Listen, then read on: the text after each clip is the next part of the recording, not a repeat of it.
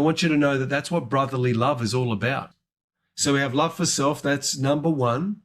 And then we have love for others as the second concept. Now, remember at the beginning of this chat, I talked about something interesting. I mentioned that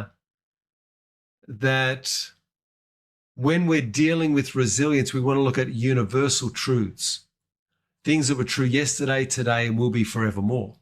So looking at concepts that are real and that work and that consistently work all throughout time. And love is one of those. The history books are full of times where people, through love, through acts of love, through the depths of love, have been able to overcome all sorts of issues and all sorts of problems. In fact, my family and I recently watched the show Band of Brothers.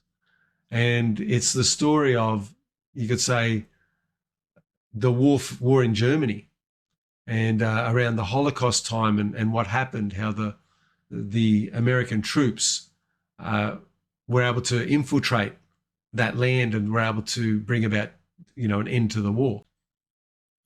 And what we learned there is that those men, the things they had to go through, the times they spent together, going through like the worst that life had to offer, they banded together.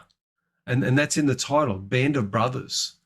And through all that death and suffering and carnage and turmoil, they actually, through the other side of it, became close together. They had this tight-knit unit of who they were, this knowing. And it didn't even need words. They could just sit together and they could just be together. And the experiences that they went through together bonded them. And I want you to know that that's what brotherly love is all about. And so when you go through a relationship upset or a challenge, this challenge that you're going through, it is an opportunity for you to bond closer together and for your love towards one another to be stronger.